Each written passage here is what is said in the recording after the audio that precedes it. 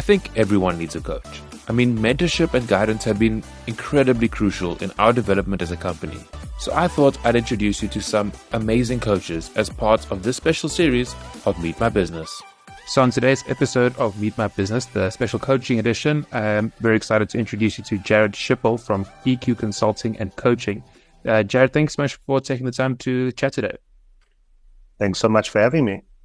Awesome. So we're going to be talking a bit about how you're developing a platform that I think will genuinely revolutionize the way businesses view coaching, and ultimately democratize coaching for everyone, which I think is really going to be super impactful. But before we get there, I'd love to just chat a little bit about you. So Jared, can you tell us a little bit about, who you are and what you do? Okay, great. Thanks. So I've spent the best part of 20 years in the personal development, learning and development space, including coaching, mentoring. I have been working with businesses ranging from very small businesses, startups, all the way through to corporate blue chips, whether that be on the formal training side or the coaching and the mentoring side within those businesses. I've had several different businesses along the way.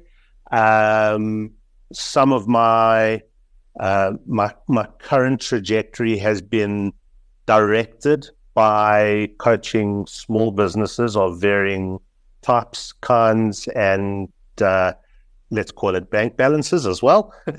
But it kind of led me to where I was now, with businesses and the struggles that they actually are experiencing, both from the economy and from just the general nature of business, and then looking at the people within those organizations who often aren't able to receive personal development solutions of any kind, whether it's coaching, mentoring, etc., unless it's internally based. Why did you get into coaching initially? So originally I was planning on becoming a psychologist.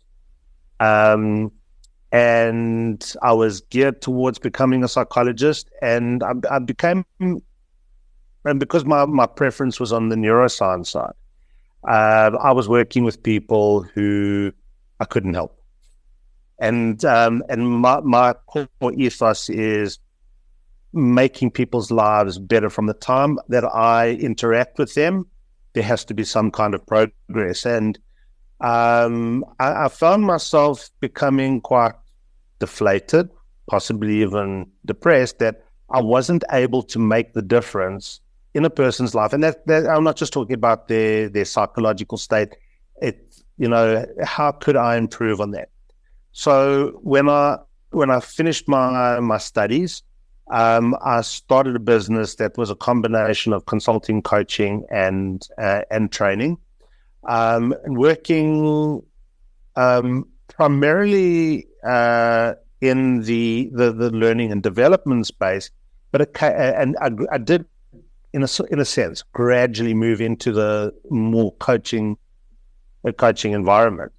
But I found that working with people one-on-one, not having a set, let's call it curriculum, but guiding them and seeing that light come on, that for me was more gratifying than just sitting with a whole lot of people in a classroom, which I still appreciate, and I do get involved with that.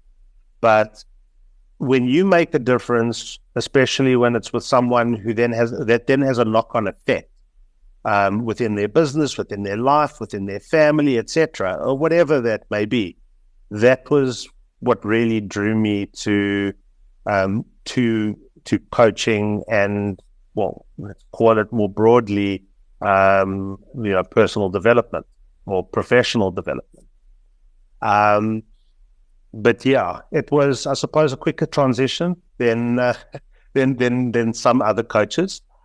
And some coaches take a while to find their calling, I suppose. And some coaches might might not even have found their calling by coaching. It may not be what they really are looking for, but it's part of their journey. So for me, it's really about helping what I like to term the underdog. And the underdog could be someone within an organization that doesn't have access. It could be the CEO who's just being undermined by their board or by their shareholders. But it's the person who wants to perform better, to produce better, and just doesn't have that tipping point moment. And they need a third party to help them see the wood from the trees, and not to give them the answer like a mentor would, but to take them to the point where, okay, this is how I'm going to strengthen that muscle and become the best that I can be. Yeah, so you mentioned bringing coaching into places that don't necessarily have access. And I think that's a really great segue into the project that you're currently working on and Yes. the platform that you're busy building, Elevate Pro. So in a nutshell, for somebody who hasn't heard of it yet, what is it that you're busy creating? Let me give you a bit of context before then. So seeing that the majority of people who have access to coaching are in the upper echelons within business, being charged anything from quite a few hundred rands an hour all the way to tens of thousands of rands an hour, and being the sort of person who likes to serve the underdog as well, or as see them have their day. I kind of went on a mission to see how coaching can be made more accessible to the broader populace, to the man and woman in the workplace who literally needs it, but may not have had all the opportunities. And along the way, I was introduced to a company called AGW Insights, and their CEO, his name is Russ Graham, and they had started developing that. They were quite a long way down the line with a tool called Elevate Pro that you just mentioned, which is, for all intents and purposes, a skills-based democratized coaching platform. Now, I know there's a lot of jargon there, so I'm just going to break that down. But democratized, we basically meaning that entire workforces would have access to a variety of different types of coaching or formats of coaching in a way that allows coaching to become scalable, to still be affordable, actually far more affordable if you look at it on an hourly basis than one-to-one coaching, but also something that can then be quantifiable and has a greater level of standardization. So I wouldn't want a person who is sitting in the C-suite to get superior level coaching to a person who is maybe a call center agent, okay, in the lower echelons within the business.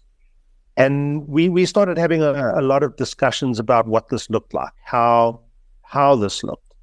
And with the advent of, well, it's not the advent, but with the popularity of artificial intelligence and machine learning already being employed in this platform, what it literally does is it uses neuroscience-based technology and research, over 30 years of research, rather than conventional personality assessments, to first understand and get raw data on an individual. Once that raw data is brought out, we then start looking at people on the basis of a blueprint of 32 attributes, all soft skills based, not technical. And we look at a variety of different subsets there. So some of the things we would look at were dynamism, how dynamic a person is, how open they are to things like change, and how communicative they are. And those 32 attributes provide us with just what most people would see from a personality assessment. But where the platform really becomes something completely and utterly different to anything else, it's not an assessment tool, is where the machine learning algorithm is based on work that we've had professional coaches from around the world spend with over 40,000 hours of coaching time actually developing what we call coachable moments. And then the machine learning algorithm then takes those coachable moments and applies them individually to that person who's completed the assessment. What that essentially means is we have hyper-personalized coaching for a person that is completely available 365 days a year, 24/7.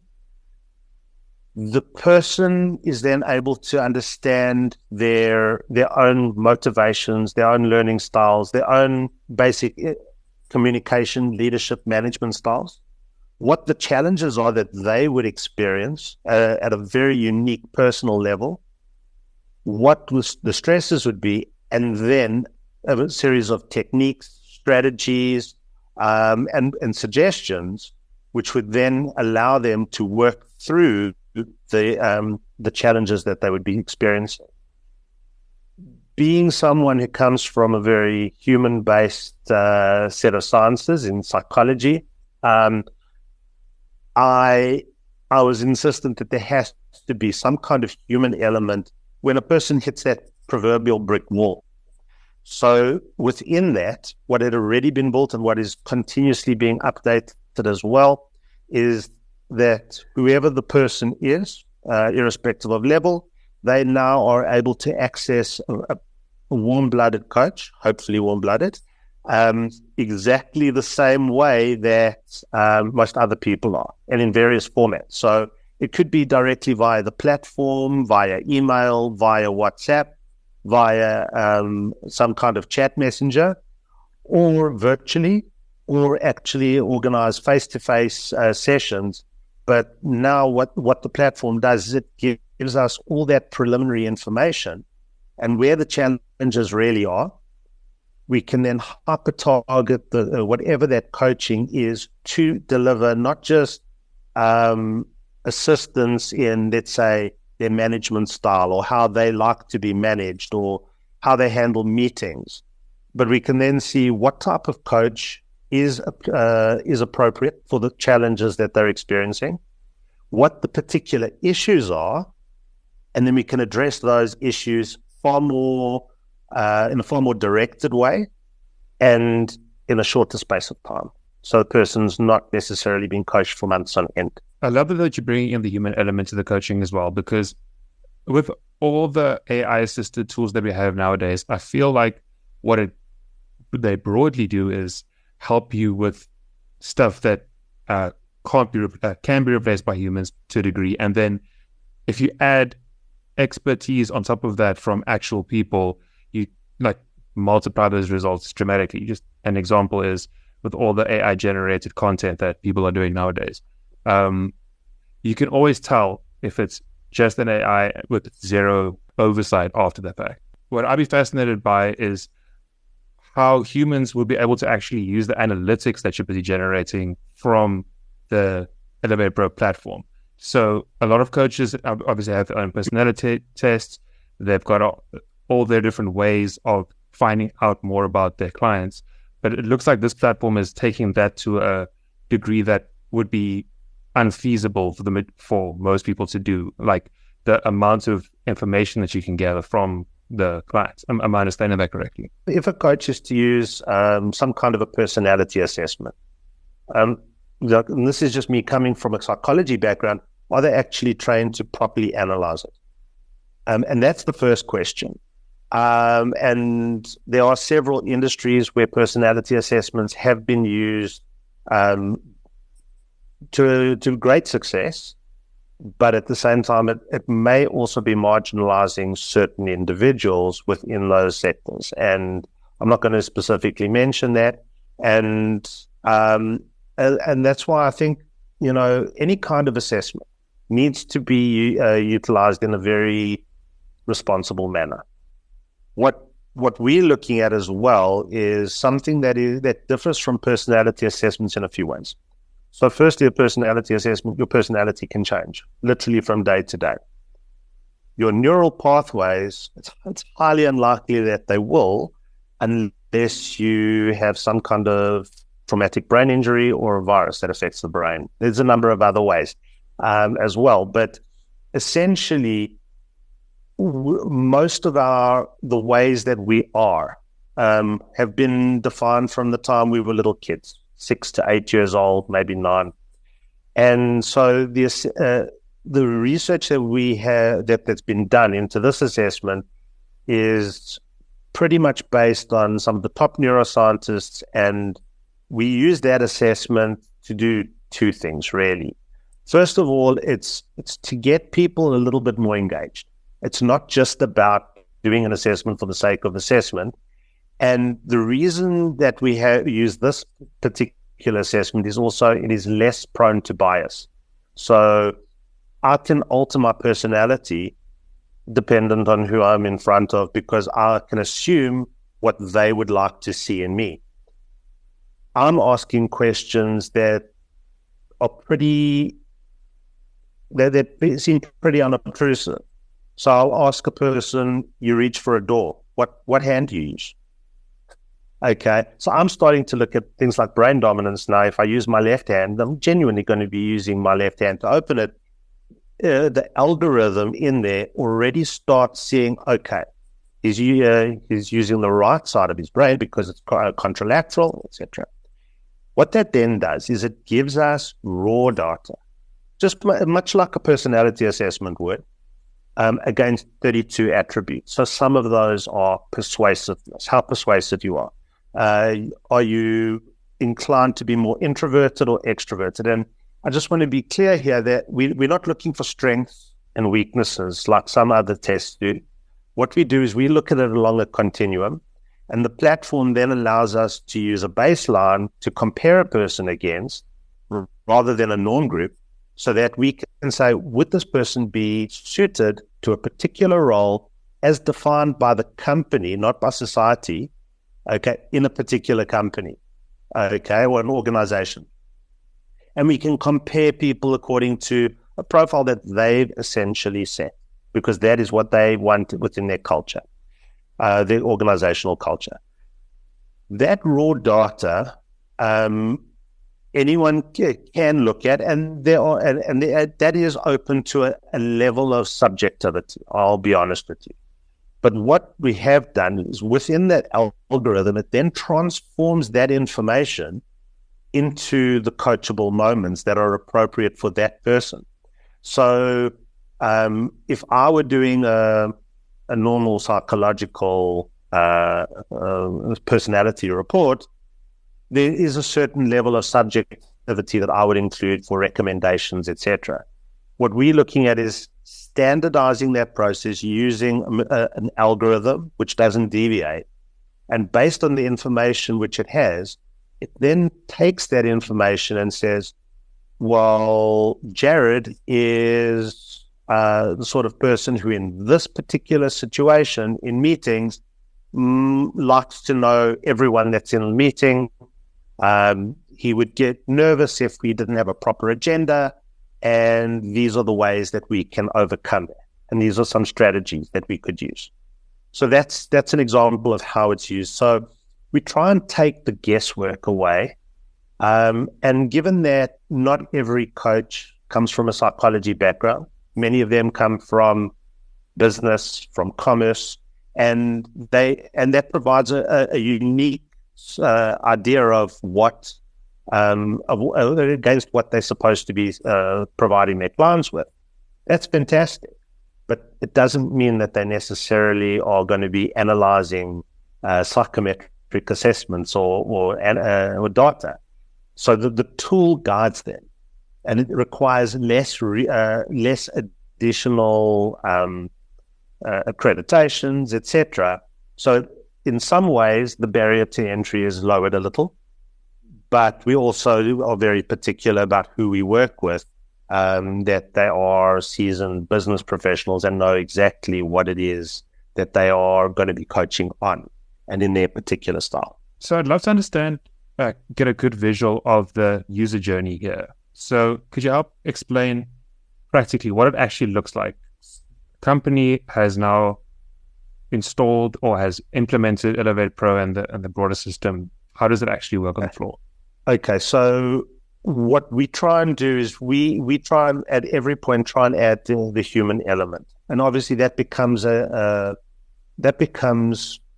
partially a decision by the company and the scale of the implementation. First of all, it's completely web based. It's not app based. It doesn't need to be installed. It sits on secure servers. And the information that we get from people, we try and keep it to an absolute minimum. So, for example, let's say we engage with a company, anything from 10 to thousands of people that they want to put on as users. A person would get an introductory email, and they would be provided with there's 3 terms and conditions that they need to comply with, so that it covers things like POPI and any of the other aspects overseas, because this is an international tool. Once the person has gone into the landing page, they create their own password. It's their own unique password, not to be shared with anyone else. We do have the ability to override it if requested, but we don't know the person's password. Immediately then, the person is, once they've completed all of that, so it's essentially name, surname that we would need beforehand, so that and the email address that we can invite them. And then what we get, the person would get, so Jared enrolls, and he gets a 77-question assessment. Okay? It's actually quite fun, and we've got some really interesting stuff in there. They would complete it, and then we get a notification that has been completed. Now, this is without the human element. I'll show you how we bring the human element in as well. And once that assessment is completed, we then schedule a time to complete a readback, which is our version of a feedback. We prefer to do it face to face, so that we do gain some kind of rapport with the individual, and we help them understand what their results, the main results actually involve. Where we add the human elements, and I'll come to the rest in a moment, where do we come to the human element is we prefer to do it this way, is run mini workshops. So a couple of hours within a group, first of all, so that they understand why they're going on this assessment, what it is and what it is not. Okay, that it's not there for any espionage purposes from the company, but so that the company itself will better be able to understand how they can manage these people, and how these people who are undergoing the assessment also can express themselves. So it's a two-way street, the information, obviously with all POPI requirements as well. It also allows us to gain more buy-in from the individual to use the platform on an ongoing basis, so they get the real value, which is the repeatability. There's something in psychology called the recency effect. So if I learn something, I get to a point, and then over time it declines. Now, if I start that process again, I start off at the higher base and I drop to a higher base, and so on and so forth. So as I'm gaining more understanding of myself and getting the skills that would be required to make my life easier, but also interact better with other people, which is really what coaching is about. I'm actually practicing and I'm exercising those skills on an ongoing basis. The platform is then available to the individual within their time frame that they've subscribed. It's usually 12 months. We sometimes do 6 or 9 month subscriptions, and sometimes longer. But we like to work in conjunction with the human resources department, and possibly even the operations departments within businesses, so that this forms part of their natural, their KPIs, their performance management system, etc. So it ensures the use, but it ensures the success of the person as well. And that's essentially the journey. We try not to make it too complicated. Okay. And then if a company wants to reach out to you guys and start implementing it, like what's the kind of rollout plan? And if they want to get involved with you, how do they do so? It's as simple as an email. We like to make sure, first of all, that it's being used, it's the appropriate tool or the appropriate solution for what their challenge may be. They're welcome to contact me. So can I give my email address and contact details? For sure. So my email address is Jared, Jared, at eq-coachingpro.com. And my phone number, +27, it's the South African dialing code, 083 407 4894. I like to engage directly with the appropriate people, whether they are coaches, operations directors, HR people, training people, and to really make sure that the solution is doing what it needs to do for their purposes. So yeah, that's how they can contact me, and we take it from there. Thank you so much for your time, Jared. I'm going to be putting all the links in the description. So if anybody's listening right now and thinks that either their company could benefit from this or they know somebody who should be reading up about this, please check out the links in the description. Jared, thank you so much for your time. Thanks so much. I appreciate it, Ethan. If you've been thinking about starting a podcast but don't really know where to start, go to our website, baird.media. That's BAIRD.media.